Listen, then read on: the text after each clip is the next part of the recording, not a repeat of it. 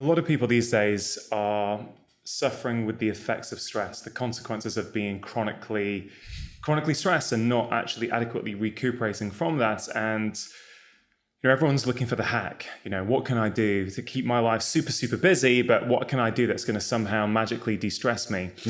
And it's fascinating for me that breathing could well be one of the simplest and one of the most accessible things to all of us.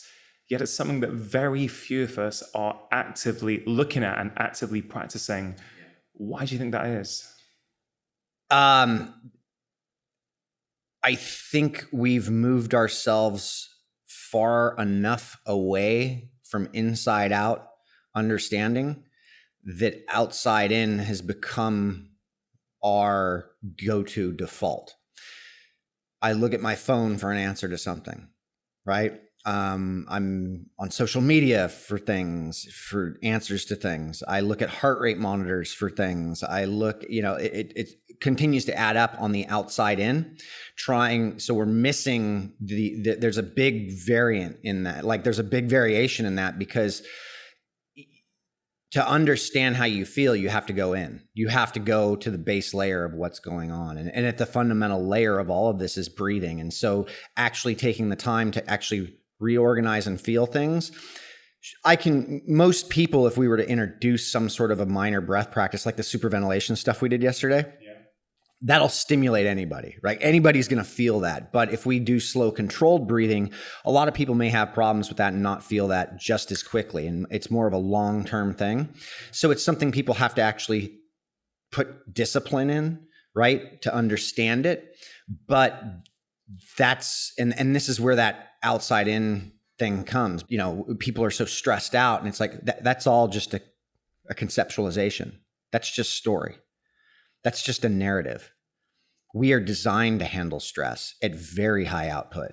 And maybe, and then I'm stealing this from a friend of ours, David Bidler, but maybe it's not that we have a disorder. Maybe it's not that, anxiety and all this stress is actually disorder. Maybe this is just a natural reaction to the amount of stimulus, to the stimulus that we're taking in from the outside and not paying attention to things from the inside. Because when I've met and worked with a lot of high level people, whether athletes, executives, whoever, right? The people that are functioning the highest are shutting out everything else. They're in their environment and what they're in, like the conversation you and I are having right now. I'm not thinking about the drive that I've got to go do, except right now when I say that, right now I'm distracting myself. And so this is where the context of things starts to happen. And then I start to overload more because I'm in an environment I should be paying attention to, and I'm not feeling what's going on with that and present in that situation. And so breathing is that thing that I can go and bring myself right back and stop a lot of the physiological ramifications of that stuff. Sure. I mean, we'll get into the mechanics of that shortly. The thing that really resonates with me from what you just said is this whole idea that maybe anxiety or, a whole list of other complaints is an appropriate response to the environment in which we're living. And, as a doctor, this is something I've been wrestling with for a good 5 to 10 years now, that actually, a lot of the time, I think that the body is really smart. The body is clever. The body does what it is meant to do. I spoke to Johan Hari. I don't know if you know Johan. He wrote the book Lost Connections on. Yeah, I've read. We had just a phenomenal conversation for about 2 hours on this podcast a few months ago. And again, it's that whole idea that maybe the way we're feeling, this chronic epidemic of lifestyle-driven disease, is actually our bodies doing what they should be doing in a very toxic environment. I went on your Art of Breath course yesterday with you and Rob were teaching, and the other Danny and Danny as well, which is fantastic. But I got there slightly rushed. I had to fly in from Santa Rosa to California. I remember we had a chat when I got there, and it was super interesting that you consciously have made a decision, from what I understand, to not live in an environment where you will constantly be fighting these stressful inputs around you. You put yourself into an environment of nature, of calm, of peace. Was that intentional? Yeah. We call that, and I'll give this to Rob Wilson, paying attention. If you're paying attention to what's going on in you, you start to feel the aspects of your environment. That doesn't mean I couldn't live in LA. I 40 years I spent in this LA basin, right? And I was perfectly fine. It's just I got away 3 years ago into nature out in the middle of nowhere, Oregon, and spent a year there, like 7 acres, 30 minutes from a real town, in the forest. And I got to know myself. And I really got to know myself. And I had already started doing work to start to feel what was going on in me. But it wasn't until I actually understood, like, oh, this is why people actually get away or unplug, right? And you can do that in spaces like LA. And I actually had this very conversation at a barbecue we went to after the seminar yesterday with Dr. Tanya Bentley, who runs the foundation that we work with, at her house. And they live up in a canyon in what seems to be not LA. Yeah. And her husband and I were having this conversation, and he literally was just like, I don't know how you do it here outside of this. And I'm like, I get it. Like, I get that. And I don't think enough people understand that there's gotta be this is where that hack world has to come in if we're existing in these places. Right? Is we have to actually start to hack things, and breathing is one of those hacks, because I actually believe that if we were still out there, meaning still out in nature, still trying to survive, right? Like cave people, right? Like, we wouldn't even need to be worrying about breathing, because we'd be existing in a natural environment, responding to that natural environment in the way that we should have, right? Versus putting ourselves into places where comfort and convenience and the illusion of safety becomes this very, it encompasses our entire life. Yeah, for sure. I guess it is in this environment we need to think about breathing. It is in this environment we need to think about physical activity, because I guess, in many environments around the world, in these so-called blue zones where people are living to 100 plus with very low rates of chronic disease, they're not trying to be physically active. They're not trying to have low stress levels. They're not trying to eat healthy food. Their environment is set up where that is the norm for them. So they don't have to think about, I need to go to the gym to work out, because they're moving every day. They're moving to get their food out of the ground, and they're walking around to see their friends and their family. And so, we have to now think about these tools that we need in this modern environment. Mm-hmm. A lot of people listening to this will probably be thinking, well, it's all very well moving out to nature, but I don't have access to that. And so why the breath really fascinates me, because I've worked in many different areas. I've looked after affluent patients. I've also looked after very deprived patients. Mm-hmm. And I guess breathing is free.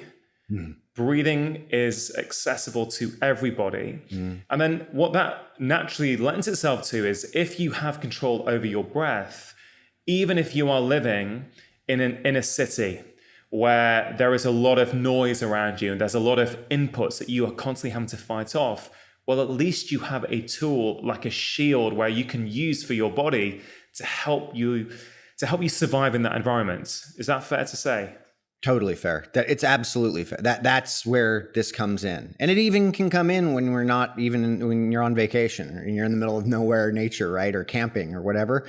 But this is absolutely where it does come in. And it's our ability to shift our state, right? To be the ability, because we're not staying focused anymore. Like ADD, I've got anxiety. Well, if you're dealing with anxiety, like you're just not responding to your current environment. You're thinking of an environment outside of your environment, and you're doing a lot of other stuff that's going on versus actually responding to the current thing that's going on, right? And I understand this intimately. Is I'm that type A person who will overwhelm myself and bite off more than I can chew, and figure that out, right? Like, oh, okay, I overshot the mark here. I need to pull back. Like I need to stop with all this stimulus. Like I chose not to fly down here this trip, because I'm on planes pretty frequently and I'm going boom, boom, boom. And I decided a 5.5 hour drive both ways will allow me to decompress in a way that jumping on an airplane and being back quickly won't. Yeah. right? So it becomes, what's my environment? So I can't exist in a big city or in a city or not in nature. And I just have to manipulate my environment or listen to my environment in a way that allows me to kind of just be in that place, right? And breathing is that one of those things that literally brings you, it's why every meditation practice has breathing at the foundation. It really brings you right to that focal point. It's funny that I think back to when I started doing things like, when I started working out when I was like 15 or 16, and, you'd read the magazines or you'd read what you should be doing. And they'd always say, when, like, I don't know, a bench press, let's say, you, on the way back up, exhale. I used to ignore that stuff. I used to just think, what's the exercise? What's the mechanical exercise that I need to do? Who cares if you're breathing in on the way in and breathing out on the way back up? And now, with the knowledge I have now, I look back and go, wow, how naive was I? And then you can really expand that across, you mentioned these ancient practices like yoga. Yeah. Yoga has got breathing at the heart of it. Yet many yoga classes I've been to, certainly a few years ago, and the way I see many people around me practicing yoga is they feel it's a physical practice. I want to be able to stretch my hamstrings so that I can get in this position, almost ignoring the breath part of it. And I've really gone like completely 180 on this, in the sense that I actually think that breathing is at the heart. You get that right, then the physical actions that you want actually follow very, very easily. And you had this beautiful phrase, I think I heard you say once, mind is the king of the senses, breath is the king of the mind. That's BKS Iyengar. That's me quoting. That's you quoting him. Yeah. I mean, that is phenomenal. We can maybe unpack that. But do you feel that in the West today, in the 21st century, when we think about working out, movement, yoga, whatever physical practice it is, going to the gym, CrossFit, have we forgotten about the breath? I would say by and large, most people participating in yoga practice right now around the world are not participating in the way that it was designed. And that doesn't mean I understand it to its totality, but I've been teaching movement and principles of movement for almost 20 years. And we have come to the realization that the way you move is the way you breathe. And thus, controlling the breath controls the way you move. And so yoga nailed this in the beginning and at the foundation with people who actually understand these deep principles. But we all kind of get lost in all these different mediums. And it's not just yoga. Like you talk about CrossFit, running, all of these things, we whatever the medium is, we lose sight of what we're trying to do because we get caught up in I'm going to burn some calories. I'm going to get bigger. I'm going to get more flexible. No, those are all byproducts of what this does. And why are we doing this? And it's like you bring up the blues. You brought up the blue zones, and it's interesting about the blue zones is, in no blue zone is anybody going to the gym. So if you're going to sit there and quote, not you, if people are going to sit there and talk about blue zones and what people in the blue zones eat and do and use that to an advantage, well, you better take to consideration that these people live in nature, basically. Yeah. Like they live far from things and they're doing the work based on a lifestyle that most of us, especially using the blue zones as this idea, are doing. And so commit to something like that. And that's all I've done a little bit. Like I'm not doing that fully in any way, shape or form. I'm manipulating the environment in order to suit for how I live a more qualitative life and feel that life. And I'm not looking for necessary longevity of life. I'm looking for quality of life because I've experienced things like this is a very big rabbit hole, but you just need an abrupt check in your life to really understand things usually. Most of us, and over a little over a year ago, I thought I broke my neck, woke up on the ground and, I had a massive contusion, between C3, C4 that I hit my head going up a ladder playing tag with my nephews, and woke up on the ground and I couldn't move. And I was like, oh, something's wrong. And that event altered how I started really, even though I was thinking about life being this fragile, quick thing, it really was, oh, you just don't even know.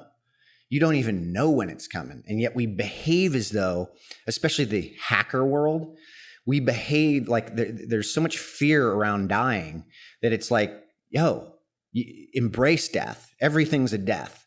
And come to the conclusion that what you're feeling is allowing you to really experience life. And that's in essence why breath at the foundation and why these yogis and why these people were talking about this is because it is the center of what it is we're doing. Yeah.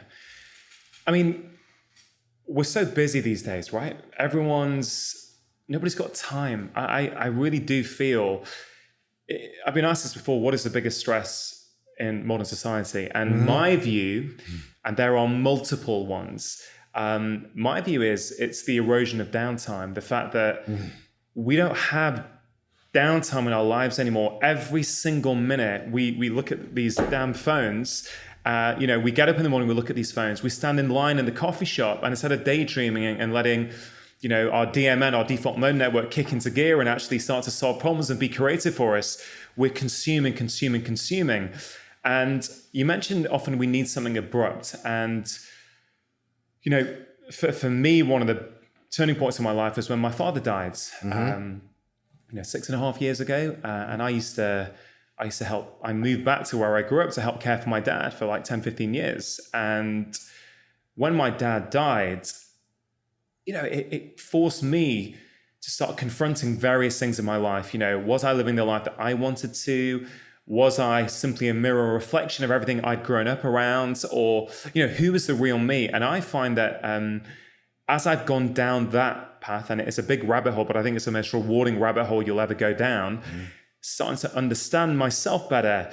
I would have time because Dad wasn't here anymore. All this time that I previously would spend with him, carrying him, showering him, washing him, shaving him, all this kind of stuff. Suddenly with that time, I'd go for a walk. I'd just go and daydream, and I'd start to reflect. And I thought, wow, I've not had time to reflect, to self-reflect on my life, my entire life, but certainly my whole adult life until that point. And once I found that time, once that time was given to me,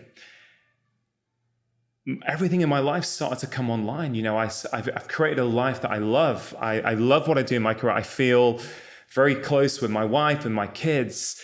I feel that I know who I am. And in the last 6 to 12 months, I no longer have a fear of death. And that was quite a long story to try and get to that point. But but it's when you do the internal work, I feel that it leads you to your breath, actually, because after you strip away a few of these layers of the onion, you start to, it takes you to your breath, and you realize, actually, for me, the next level of spiritual growth, if you want to call it, or sort of self-exploration, is to sort of get control of my breath and understand it, and actually start to, really start to play around with it and see how it impacts my mood, how it impacts my states. And I get the impression from, as I say, it's been a few months that I've come across your work, and I get the impression that underneath the breath, there's also been a lot of personal growth with you. Oh yeah. Yeah. It transformed everything about what I've worked on. I mean, I'd been in the self-help stuff for 20 years, like looking at it, reading it, going through, seeing therapists, going to programs, workshops, all this stuff, this guru, that guru, like all of it, like, hey, what can I learn here? And it wasn't really until I invested in this that any of that really made any sense. And now it's like, we joke about it, but I like the real depth of things, like the true depth of it, like looking at the heart of what my reaction is to something, and I think that is like, that's the gateway opening. That is the entire thing, is looking at and understanding. And we were having this conversation offline, but it's like somebody reacting to you online or something, and how it used to affect us before, and I was the same. It used to affect me. And now it's like, I actually understand the behavior, and I can have compassion towards that and understand where somebody's at, because it's not actually being directed at me. This is actually something that is an internal issue in not understanding. And so somebody just doesn't have the tools quite yet to get that. And I think our job to some degree is to, since we've decided to take this exploration on, is to explain what those tools are. Yeah.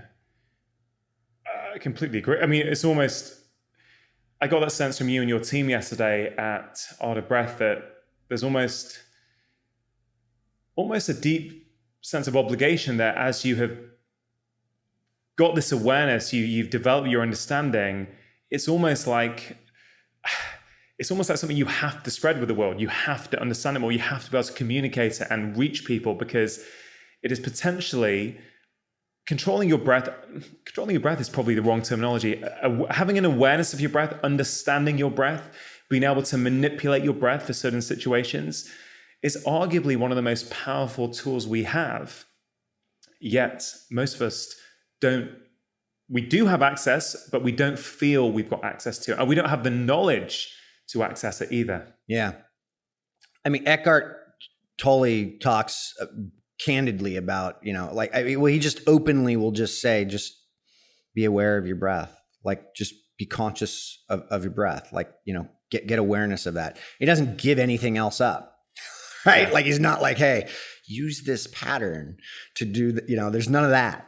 Right. And I'm only bringing him up because, here's a guy who's really risen up to the top in some very basic, simple ideas in, this self-help or even spiritual realm. Right. And it's great because I think that just the ability to become aware, but most people can't sit there and be aware of their breath. And this is where practices like Vipassana have come in and done tremendous work, to where it's like, hey, you're going to go 10 days, silent meditation, and you're just going to learn to be aware of your breath. And that's it. And, after like 3 days, you've, felt like you've never been through more pain in your entire life. Right. And then all of a sudden you become aware of things as this 10 days comes to a close. Yeah. Right. But I don't think that's actually necessary for everybody, but maybe it is. Like, not everybody should need to go run 100 miles, but I did, and I got that experience and I understand that, and just sitting there and being quiet and paying attention to your breath for maybe 2 minutes or 5 minutes, or if you can do 10 minutes, and you can just continue to do that is enough. That'll teach you more than most things will, because and the reason is because your breath is connected to everything we're doing. Like, it is that thing that's connected to what we're doing. So it responds to the environment. And so becoming aware of that literally opens up the doorway of, oh, I'm just not paying attention to my environment right now.